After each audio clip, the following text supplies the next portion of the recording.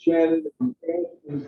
I don't know what I'm doing up here. I gotta get my notes out.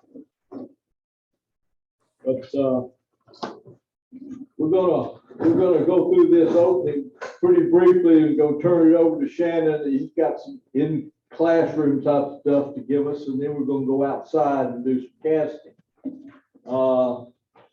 Everybody's been in the fly draw. Who wants to? I'll draw. Oh, I forgot to do my ticket. I forgot to do my ticket. Come on up and draw. Can I do me a ticket? I forgot. I need to make a ticket. Wait a minute, he needs a ticket. I forgot to do that. I don't know.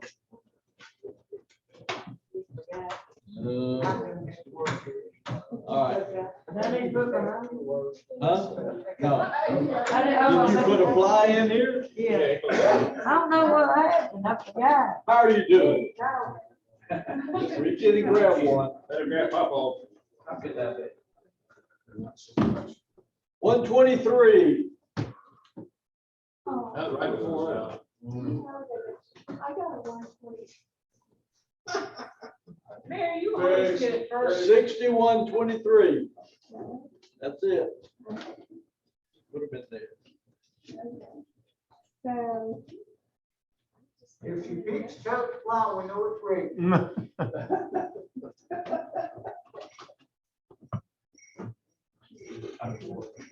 Huh? Whose name's on the back of it? Ben Lack. Right? You've been the door prize. Hey, all right. Oh, look at here. There you go. All right, grab another. Grab your own. You're going to have to get it sooner or later. 128. That is.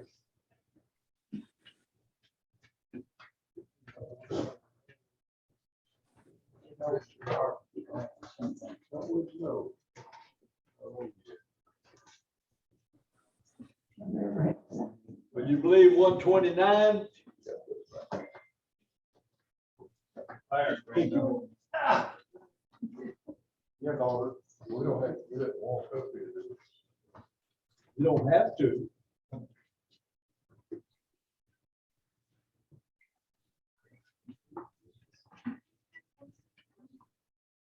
You can't wait on these old men all night to keep this thing moving.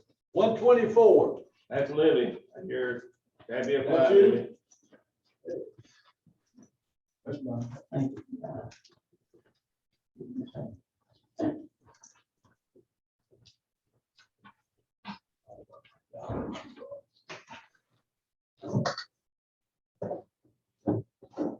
137.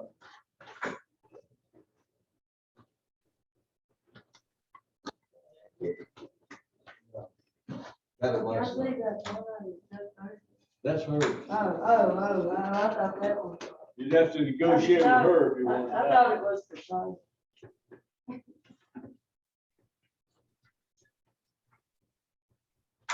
132.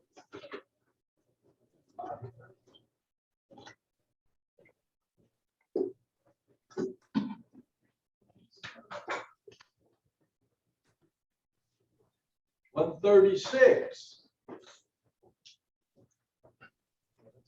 136.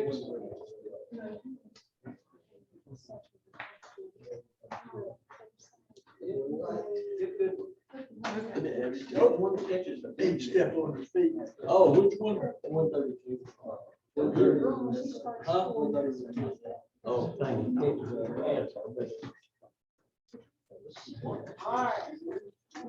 get you a pretty one.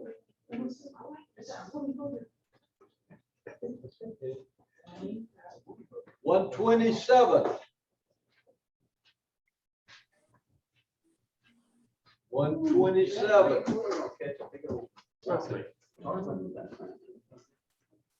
How do they get the drive for around here? Or big boat? 135. Walking home there.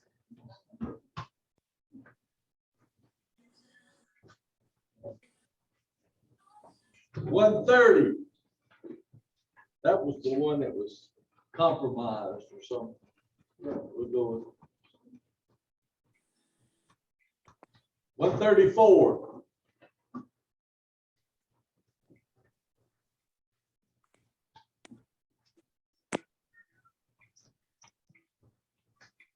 $126.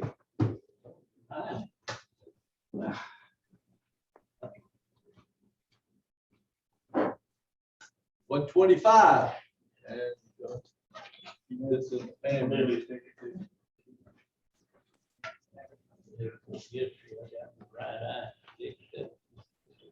133.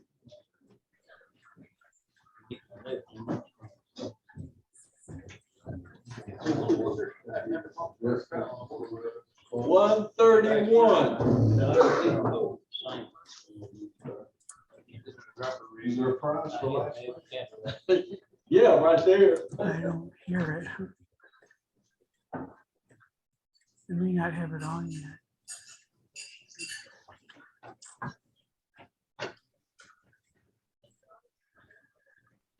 Okay, let's see what else we can get done here real quick.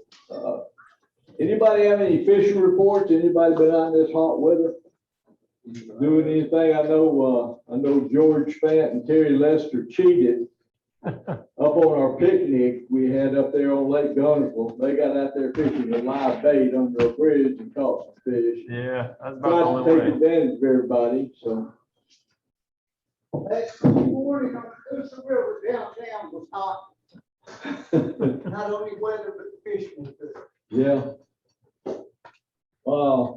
I've got an announcement I want to make. Mary and I are gonna have a little casting competition, picnic, swimming party, whatever you want to call it, out at our place.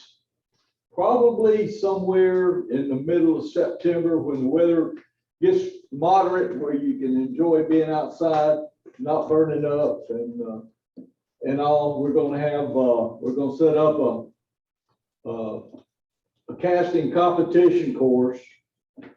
And then besides that, Logan has come up with some ideas about doing what did we call it, Logan?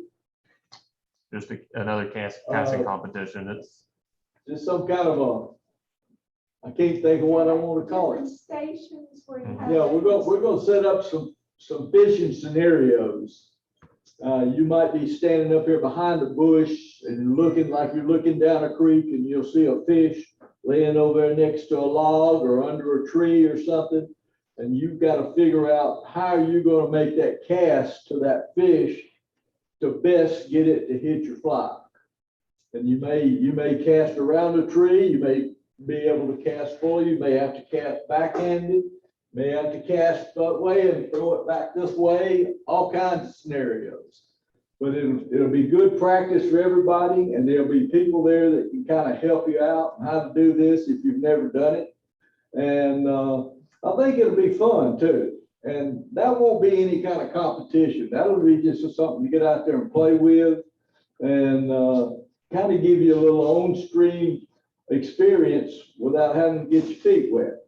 And hopefully that when the weather cools and stuff, if you ever have an opportunity to go into a mountain stream and wade it trout fish, that'll be one of the best experiences you ever had fly fishing. You'll just absolutely fall in love with it. And so this is kind of give you a little prep for something like that, how some things you might encounter when you get on a real fly stream. I wanted to say something about the COVID-19 situation. It's not getting better. I've talked to several members of the club. Most of them aren't here tonight. I don't know where they're at. I guess they're afraid of the virus, but it's getting worse. Hopefully we'll be able to continue to meet. And Logan sent out a policy, sort of a club policy yesterday, that if you have been vaccinated, then masks are optional. If you haven't been, we prefer you mask up or stay at home and watch it on Zoom or whatever, however it's, It's Zoom. that would be the best thing for, just for you and for our safety. We don't want to infect anybody or don't want anybody coming in here infecting us. So, yeah. Chuck, my understanding, this is through social media, so I'm not gonna say it's firm.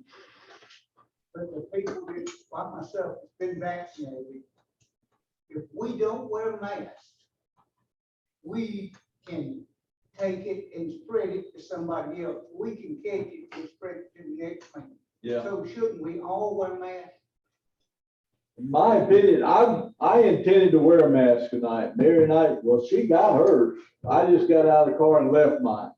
But I would recommend that we all start wearing masks. It's, it's inconvenient, especially if you have to do a lot of talking. And, maybe that'll be a benefit for y'all. I won't be able to do a whole lot of talking. So, but, we're gonna keep putting out policy on this through our next meeting, and hopefully we'll be able to continue to meet. And a lot of it depends on just us and how we respond to this thing. And I hope we all, come through it all right. So.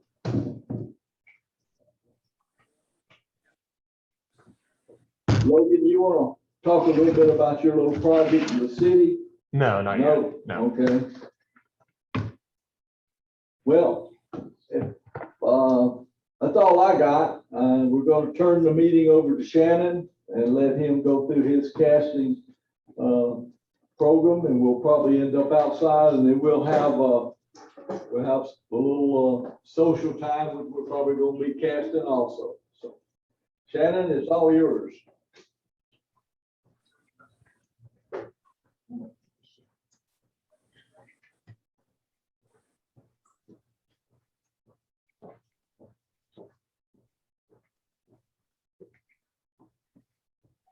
All right, I have no idea what y'all fixing to get into. It's gonna be like a train drill, I promise. Did everything. But I'm Shannon McCurley. A lot of you guys, new faces to me. I ain't been around much the past several years, do work and stuff like that here at the club. But I started fly fishing back in about '96, and I think it's around, what was it, 2001 when we started the club. And I was there, I think the first meeting, I think I did president for about 5 years or somewhere along that line and everything. So I've been around this club for a long time. There's some faces in here I've known the entire time. And I said, a lot of you guys I've never met and everything, but hopefully I can give you a little bit of insight tonight and everything. Like I said, there's enough information when you start this, you can spend days and days and everything. So I said, we'll see what we do here in a few minutes. But I said, most everything I'm gonna talk about or whatever, when we get in kind of the fundamentals of casting, that stuff is set in concrete. I mean, you got some basic techniques that's there. Everything else I'm gonna tell you is either from my experience or just what I've learned over the years. And so you take it for what it's worth, learn on your own. There's a lot of information out there. So just to kind of take it to, what you can, but like I said, I'm trying to give you information to help you teach yourself how to cast when we get to that point and everything. That's the main thing. Is it's hard to teach somebody how to cast, but I can teach you when you start messing up, when you know what you did wrong, that's when you start learning how to cast. And that's when you start teaching yourself really, it's like an aha moment. You'll be out there playing or fishing, and it's like, that's what they meant. And it's just speeds up tremendously after that. So that's what my goal is tonight, is kind of point out some basic problems most everybody has and try to show you how to recognize that and what to do to maybe correct that. And then kind of go, that's kind of my goal and everything. But I know everybody here has got to know Frank for the most part. He does his classes and everything. If you get a chance to take his classes or do it, because I'm telling you, he's one of the best teachers in the Southeast as far as going through that. Don't let him fool you. He may not own up to it, but he's one of the best teachers around to teach you on the fly casting part of it, I promise. And everything. So just keep that in mind if you ever do decide to take a class or want to take a class, or go by and see him if you're having issues. But anyway, so like I said, just take in mind, a lot of this is my opinion tonight. Yeah, I got my notes up here to keep this little train derailment from being too bad as we go. Did everything. But, I got a question for you. How many fly rods does a person need? Who knows the mathematical equation to figure out how many rods you need? The rest of us. Huh? Well, depending on. Or anybody else on planet. Anybody, how many fly rods, what's a mathematical equation for how many fly rods you need? Probably three. Anybody? I say you need all the odds. Is ever how many you got plus one? Yeah.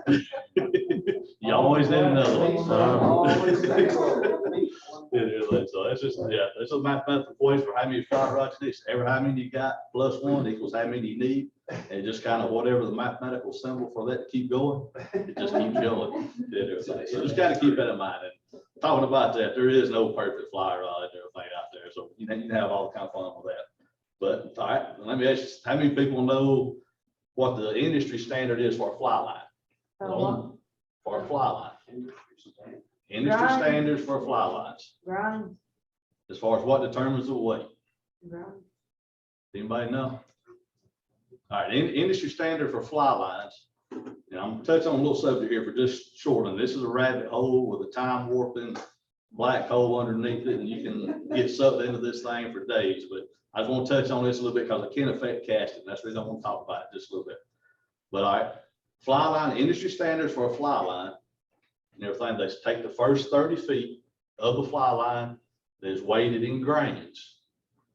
Okay, and certain, when it falls into a certain parameter, then everything that determines what the industry standard is for a weight and everything. One second. All right.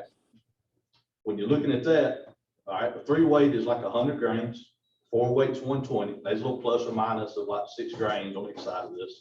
If you look at the chart, 5 weight is 140, 6 weight is a 160.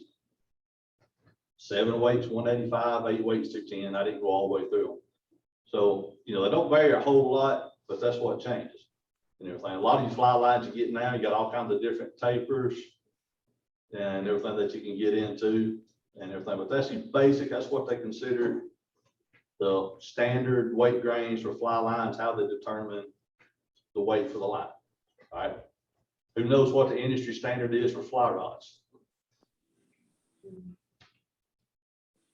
got a guy up there, he builds a fly rod and he goes, that feels like a 5 weight. Okay, and he puts a fly line on it, and they say, hey, cast a 5 weight pretty good. We're gonna make that a fly, 5 weight. A real fast 2 or a slow 10. Yeah. But I don't know how many of you guys do use, I know somebody did with Don Morton and everything, used to build the rods around. Years ago and everything, he built some rods and we was casting one of the club meetings. This has been early 2000s. I cast one of his rods and asked Don, I said, what weight rod is that? He said, it's a real slow 4 or a real fast 7. All right. That's what he told me. Took me years to figure out what he meant with that. I never forgot it, but it took me years to figure out what he meant with that and everything. And the reason I go talk about this, I can take your fly rod, blindfold you. I can put 5 different lines on that fly rod and you're going to cast 5 different rods. You can adjust the rods so much by changing the fly lines. Most of your standard fly lines now, they're about a half a size heavy for the most part. And they do this for a lot of different reasons. Let's say the faster rods, inexperienced casters that fulfill the rod load and everything better. But you got different tapers and everything. So what I'm getting at with this is most everybody, they look at a rod when they go to cast it, they look at the size of a rod or whatever for fishing. You know, so I'm trout fishing with this rod. Okay, what are you going to do with that rod? All right, are you going to throw a size 16 dry fly with that rod, or are you going to be throwing a size 4 woolly bugger fishing streamers? Okay, you may be trout fishing, but what are you throwing with that rod? Most everybody look at the size of a rod, and they match it to the fish. They don't match it to what they're casting on that rod. And that determines a lot of how your casting goes when you get into that. So it's just something to really consider and everything. And the way the industry does on the fly lines, a lot of that has changed too. Just to give you a couple of examples right here. All right, You got your SA trout, okay? And talking about different tapers and head, and everybody know how the head on a fly line works? You got your tip section, you got your belly section, you just got front taper, belly, rear taper, and then you get into the running line, okay? Basically, you got the tip, you know, and it kind of widens out and everything comes down. Everybody got a pretty good idea on that. If you've been playing with this any at all, and everything. Heads changed and everything. Certain heads are better for different things. A long belly, longer head is better for more accurate casting. A roll cast better. A shorter head, most time they advertise those for big flies or bushy flies to help turn them over, but they don't cast long distance very well. You go to try to shoot them long distance, you have to shoot them. They don't carry in the air very good. And just kind of give you an example. All right. 6-weight, industry standard there by the AFTA, American Fly Fishing Trade Association. That little chart thing I went off of a while ago. Standard 6-weight is 160 grains. Okay. All right. SA trout 6-weight has a 70-foot head. This is their website off the internet. You can look up Rio, SA, you can look up their stuff and kind of compare different lines or whatever. Shows you the taper diagrams and all that. SA trout 6-weight. 70-foot head has 160 grain. All right, so the first 30 feet of that line falls pretty much within the standard and everything. So it's pretty much real close to a true 6-weight line. Real Gold 6-weight has a 48-foot head. First 30 foot on it, 168 grains. So you got 8 grains here, so it's a little bit heavier. It almost falling about a 6.5. It's a little bit heavier. So those two are pretty close. Both of those are pretty popular trout lines. Real Gold, a lot of people throw it, and the SA trout is pretty popular. All right, now talking about kind of the bigger lines for busher flies, heavy flies, and stuff like that. And we're still on 6-weight. SA Titan 6-weight has a 33-foot head, 210 grains. All right, it's labeled as a 6-weight. After chart, 8-weight standard fly lines, 210 grains. All right, so you going from 160 grain 6-weight true line to that Titan on a 6-weight, it's going to change that casting on that rod tremendously and everything. All right, Rio outbound short, 6-weight, 30-foot head, 235 grains. That almost falls right around a 9-weight, which on them outbound shorts at Rio, to their credit, pretty much does suggest on them that you drop down the rod size on them lines.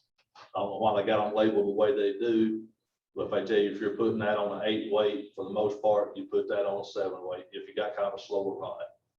And I've got I throw that Rio outbound short on one of my rods for a bass line, and it takes a fast 8-weight to throw that line, or a 9-weight rod. I mean, it takes a fast rod to handle that line. So that kind of gives you the idea. When you start looking at different fly lines, pay attention to what you're looking at when you're setting the rod up, what you want that rod to do, what you want that rod to cast, how you're going to fish, what you're going to fish on that rod. A lot of lines are crossover. They've got several. SA MPX is getting to where I think it took the place of the GPX line, if I remember correctly. And that line is good all around. It handles just about anything. SA's got a new one, I think it's out. I don't know if Frank's got it yet or not. It's the Infinity Taper. I'm loving it. I bought one of those. It's great, roll cast great and everything. What's the difference between a freshwater and saltwater line? Is there any difference? Yeah, most time you got a harder coating, and it's still for live on salt water, mainly because of the temperature Yeah. and everything on it, and you got a harder coating. If you take a freshwater line, a freshwater line will work in salt water for a short period of time. But if you fish it much at all, as you cast it, it gets a gummy, almost a sticky texture to it and everything. It gets where they don't cast great at Well, I'm all. talking about, I got one of them TFO kits and I got the 8-weight, and is it okay for occasional saltwater Yeah, fish? it'll work. I fish some freshwater line. But now, like I said, if you're out there all day, if you just go out there for a little while, it's not gonna make any difference much. But if you're out there all day and it's in that hot sun and you're fishing that thing most of the day, before the end of the day, that line is not gonna shoot. It's gonna feel like bubble gum in your hands. Well, the line that comes with it looks like a saltwater line. It might be a Rio in there. But that's the only difference on those.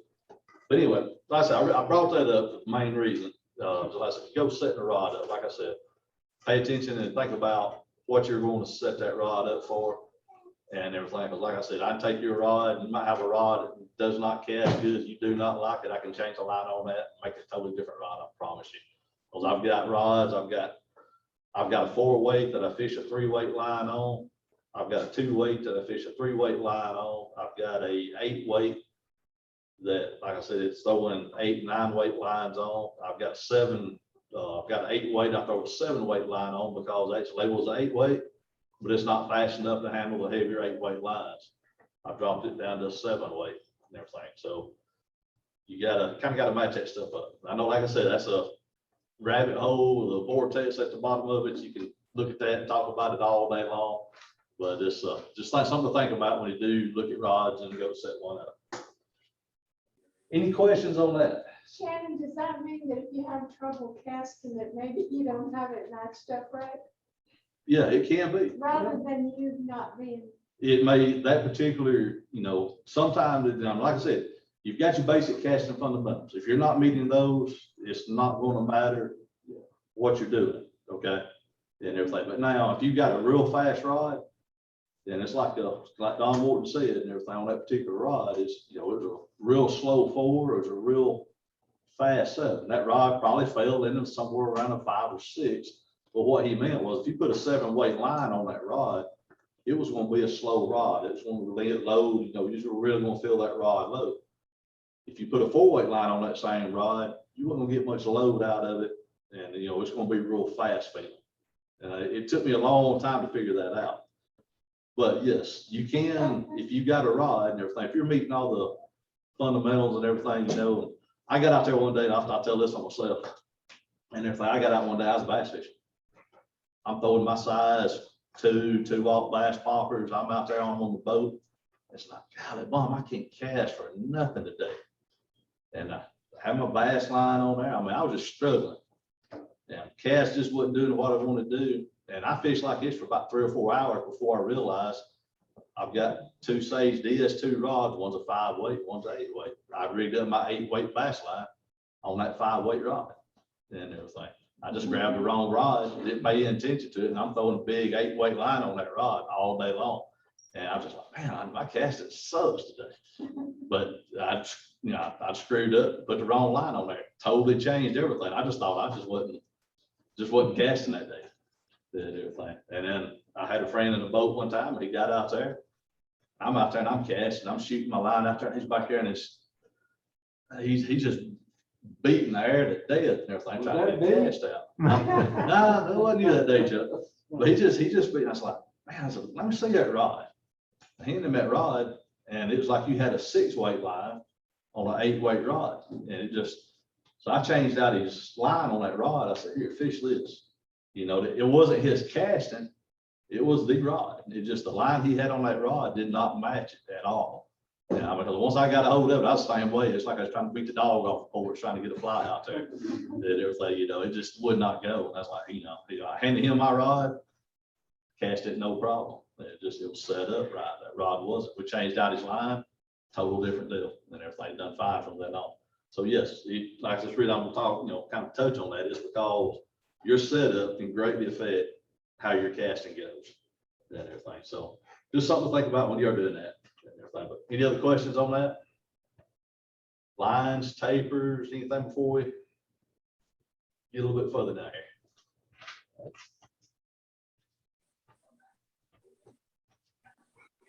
Okay. Who in here has problems with the cast? All right, good. So I'm saying most everybody didn't raise their hand. I knew I was going to be in a fisherman's club. I mean, yeah. As long as I've been fly casting, I taught myself how to fly cast, and I've got bad habits and everything. But like I said, most of the time when I do it, I know I do it. And a lot of times it's when I get tired or mind starts wandering and everything. I've got what I call my tomahawk chop and everything. Basically what I'm doing, I'm casting across my body. I take my rod, and instead of coming out here and casting down, I get to casting. I come back on my back cast, and I want to cross over in front of my body like so. And most of the time when I do that, Fly goes out there and my line's kind of going this way, my fly lands over here. I know when it hits the water what I've done. And I have to kind of correct myself, but when I'm fishing open water, I just kind of get lazy with it, that starts happening. But it's a muscle memory. And I'm bad about doing it. I know when I do it. So I have to turn around, correct myself and start getting the right tracking on my rod tip, get everything going. Anyway, is anybody in here just now starting fly cast? Well, I mean, I've done it for a long time, but I guess it might. If you're just getting started, like I said, if I was you, I'd talk to that man back there and take his classes. Because right now, you're not been casting, you don't have any bad habits. You're lucky. Once you start the bad habits, it's hard to get out of them. I mean, once you start them, it's hard to break them. I mean, you get the muscle memory and all that stuff going on. So that'd be a good thing to look at. I promise you. It is. All right, y'all don't laugh at my little thing up here. Right. I got a few rules here, and this, like I said, this comes in the technique part that pretty much there's no getting around. Once you get these, once you learn how to cast, everybody gets their own style. Frank casts great. Everybody says I cast good. Sometimes I wonder, but we both cast different. We got a different look to our cast and everything. But the fundamental part of it, the basic techniques is still the same. You have to get to that point and everything. Once you can get to that, like I said, everything else falls in place. You'll get your own cast. You'll get your own kind of little bit of style going and everything. But here's a few of the rules that I do believe that honestly, you just can't get around. You have to follow these. All right. Number one, you cannot cast slack. That, to me, that's one of the most biggest things that you can do.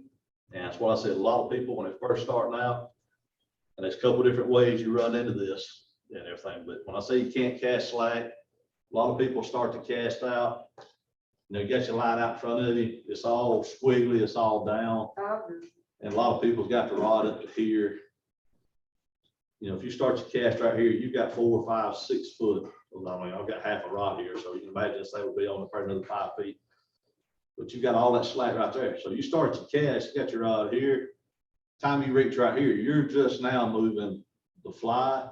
You're not creating any line speed and momentum. You're not getting anything out of it. So you're starting off with slack and everything. So what you always want to try to do, start your rod tip low.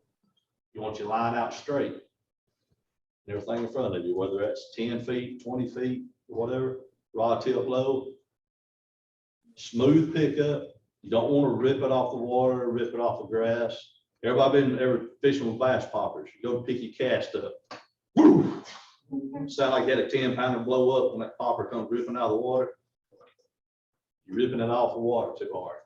By the time what you want to do, you want to pick up, start coming up slow, smooth.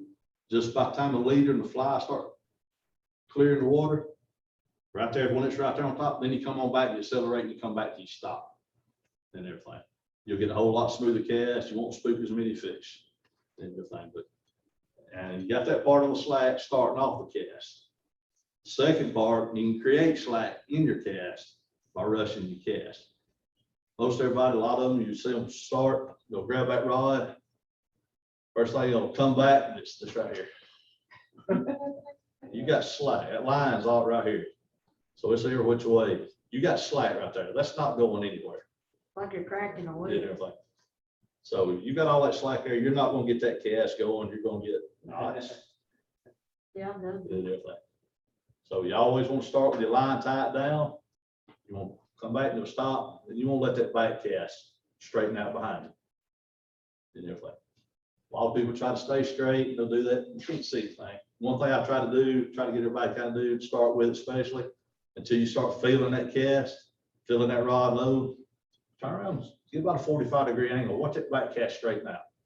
You won't come back with your forward cast just as that fly line straightens out.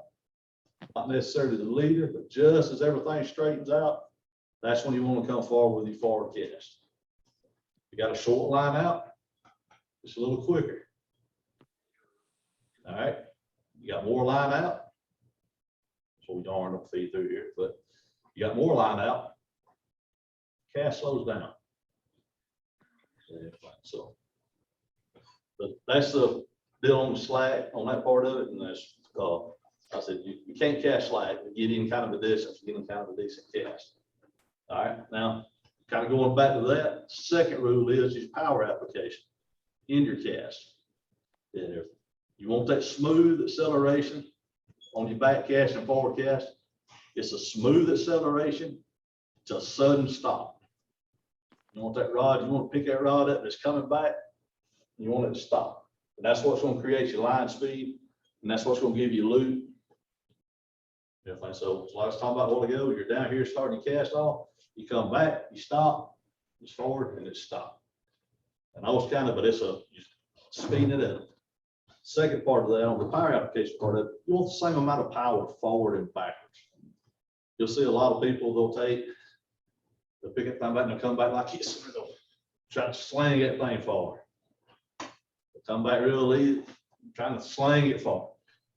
You gotta let the rod and the line work and everything. So it's all the time. You want to let that same amount of forward and back and everything. That gives you tight loops and everything. If anybody's got any questions about any of this, just try to, stop me and ask me as we go here. All right, and I was talking about, you don't want to rush the cast. You got to give that time. The more line you get out, the longer your cast gets out, you got to slow that down and everything, because you will not get the line speed going. Once you get it going, if you've got 40 feet out there and you get right, then you start coming back to this real quick. If you're hearing that popping, whatever, when you're casting, you're rushing that cast, you're getting that bullwhip sound. You're rushing that back cast. Always give that fly line stuff. I said, watch it if you have to until you get the feel of it. But the longer your cast gets, the slower that rod stroke's going to be as far as the timing in between. So when you're cracking it, are you just wasting your energy, right? Yeah, you're not getting the full potential out of the cast. You're going too early with it. So you're not creating the line speed and generating the line speed to get the cast on out further. All right. I said, if you rush that cast like that, then you get back into the slack part of it, you can't cast slack. So 1 and 2, all that kind of goes back together. All right, and I said, goes into the distance. And I said, same amount of power. Don't overpower one part of it or the other, trying to make the cast longer. If you're looking for distance, you can't really cast any harder to do it, to get it there. You can increase a little bit of it, but you got to do the same forward and back. The biggest thing you can do is increase your rod stroke and everything in your cast and everything to get a little bit more distance out of it. And as you learn this, you start shooting a line, a lot of that changes too. I'm not going to get into double hauling and shooting line and everything too much tonight. And everything, that's a lot of information there also. All right. To me right here, this is the third thing. And to me, it's almost one of the most important things. Fly line follows a rod tip. Okay. So when you're coming back and you're doing that smooth acceleration to a sudden stop, you come back, whichever direction that rod tip is going, when you stop it, that is the direction the fly line will go. Now, if you're one of these that break their wrist when they're casting, you create an arc. And your rod tip is doing this when you're casting. When you stop that rod tip, which way is it going? It's going down. Your fly line is going to go down. Come back same way. Rod tip's going down, your fly line's going down. If you hear yourself hitting the water on the back, or if you're hitting the ground on the back, you're dropping your wrist, you're breaking that, coming too far down. You're stopping that on the backstroke, coming down. Fly line follows the rod tip. All right. So what you want to do, you want to learn to teach yourself to do that on what they call a plane. You want on that level tracking plane. Like you're tracing the top of a building or a power line. And you do that by using your forearm and your shoulder, not so much on the wrist. If you watch my wrist and thumb are to be up on that, my thumb, my wrist don't really ever break. I'm not doing this. You got that thumb up there, and you sit there and watch your thumb out of your corner of your eye, like you kick tacking when you're casting. Whichever way that thumb's pointed, that's where your rod tip's at. So if you look over and you're back there like that, your rod tip's level back there behind you. And everything. So pretty much forearm and shoulder, That's how you get that level plane going. All right. We're stopping up here. All right, when you go to lay the forward cast down, again, rod tips fall. So you're making your cast. You come up, swoosh up, you do 1, 2 false cast or so. You go to lay down your cast, a lot of people want to throw that thing down toward the water. And if what happens, you're going to crash it on the water, because where the fly line go, direction of the rod tip, you throwed it down. You still want to stop up here, and then you follow the fly line down. It's just kind of a pause, and then you follow that fly line down to the water. And you do that, your cast has got time to go out, uncurl, and lay down where you want it to.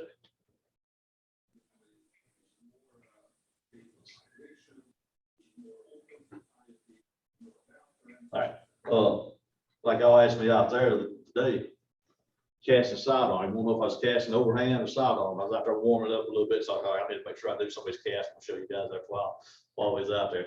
So I was out there, and they come out there and kind of asked me, when you start casting, trying to get under bushes and stuff like that, so you're on the bow of a boat, if you want to do a sidearm cast, everything stays the same. Okay, you can cast 2 foot off the water, but if you're casting down, that's what I showed you guys up here. But if you're down here, that rod tip still has to travel on that same straight line. If you go casting across your body this way, you get that same effect that you're doing up here. You're getting an arc, like rod tip. And that's going to be your accuracy right there. You're looking where you want to go. Do it. That rod tip stops going in that direction.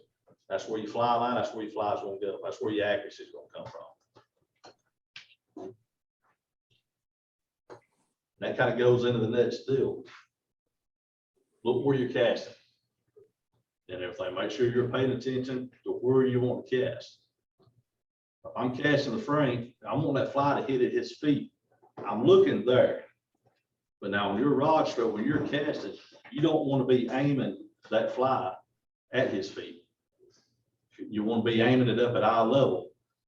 Or if you're looking at his feet, you're going to throw at his feet and you're going to crash that cast about 6 feet in front of his feet. Because it's not going to have time to come down, unload. So you're wanting pretty much, you're going to try to keep that line kind of up about eye level. You're casting that direction, but you want to be casting up and you want to give that fly line time to uncurl and stop and then fall at his feet. And everything's the way you want to handle that, but you want to be looking to where you're casting. And most of the time, it's like pointing a finger and everything. If you point at something, it's like shooting, anything like that. If you do any kind of shotgunning or anything like that, pretty much if you're pointing a finger, that's where you're looking. Okay. If I'm looking, at you, I point a finger at you, that's what I'm looking at. That's where my cast is going to go. If I'm looking right there, and I want to lay that cast down, that's where, because my rod's going to go the way I'm looking. If I'm looking over here and I'm trying to cast over here and I'm distracted, I'm in the middle of the cast, this fish jumps over here, that fly is going to be over here somewhere. If you break your concentration of where you're looking, it changes your cast. You're not going to hit what you're aiming at and everything. And I don't know if a lot of you guys do Spotify podcast or anything, but gave Logan a couple of links and everything, and they're on Spotify. You can find these on Apple or podcast app or whatever. You find them on different ones. But the guy's name is Josh Nugent, is the guest. He's on the Orbis Fly Fishing Guide, one of the links. He does the 7 deadly sins of fly casting, which covers a lot of the same things I've covered here, plus a little bit extra. And then he's got another one with April Vokey on Anchor that talks about, he done his master thesis on the eye coordination relation to fly casting. And it's amazing to listen to that podcast for what he found and what he uncovered and everything doing that thesis and the techniques and everything he used. Josh Nugent. Oh, and he did He was the guest. He's the guest speaker on the Orbis Fly Fishing Guide. And on that particular one, the title of it is 7 Deadly Sins. And on April Vokey's Anchor podcast, I can't remember what the title of it is, but I want to say it was episode 180, if I remember correctly. And It everything, is. but Yeah, it's episode 180. It's just Anchored Podcast with Josh Newton. okay, but yeah, but a lot of great information right there. I mean, it's very interesting if you get into that kind of stuff. But he breaks down some different stuff on there that's a lot of people's not ever even looked at, but his thesis thing that he did was pretty intense. It's pretty amazing. And everything, but let you guys check it out if you're interested in it. All right, let's see here. Any questions on that? On what the fly line following the rod tip, or anything like that? And a lot of this gets into a lot of cast and everything. What I'm gonna show you out here in a few minutes and everything on some of that. So, but any questions so far? All right, one of the other things that a lot of people do, and this one kind of gets in, this is a little harder to pick up and everything on it, and it's called creep on a fly cast. And what that is basically when you're coming back on your stop, do your forward cast, you come back on the stop, you'll stop. Now, while you're waiting on that fly line to go back and load that rod, you relax a little bit and your rod come up. So basically, you made your cast and you stop here. And while you're waiting on that back cast to unfurl, you creep up the back right here. You move up a little bit or relax. And what you've done is you took your rod stroke away from it. You took that little extra power that comes back on the forward cast. Like I said, it's a little harder to pick up on. It's kind of getting a little bit more to the technical side of it. I do it on occasion when I get tired. I call it my tilt punch because I get my rod up here and then out there on that cast, I try to kind of get accurate with that. And I've got the rod here and I try to little short stroke, little tip. I call it my tilt punch. Because it's just with a little rod tip, I move it about that far. Everything crashes out there. I'm like, oh God, here we go again. And you got to start all over. But and then, okay, that's creep. So when you come back, you kind of lose that rod stroke a little bit, you lose that power. That's called creep. All right, then you got drift. Drift is good. It's right the opposite. Drift, if you're working kind of what I'm talking about a while ago and trying to increase your distance, you increase your rod stroke a little bit, you come back and you stop. As that line's going back, you can actually move your rod back a little bit. That's fine. When that rod loads, you've increased your rod stroke a little bit coming forward and everything. So drift is good, creep is bad and everything. So like I said, you can go back with a back cast, stand that rod back a little bit, you're fine. You come forward with it and you get up straight up above your head or whatever while you're waiting on that back cast to go, or you just relax a little bit. It's going to shorten your cast tremendously. Most time you're going to wind up either lose the line speed that you had, or you're going to just crash it out there in front of you. And everything, not where you wanted it at and everything. Those sometimes are a little bit harder to pick up on. And a lot of times you got to have somebody to really point them out to you that you're doing it and everything. But that's something to keep in mind. As your casting gets a little bit better, you start looking for a little bit extra distance and everything. It can make a big difference on what you get out of your cast.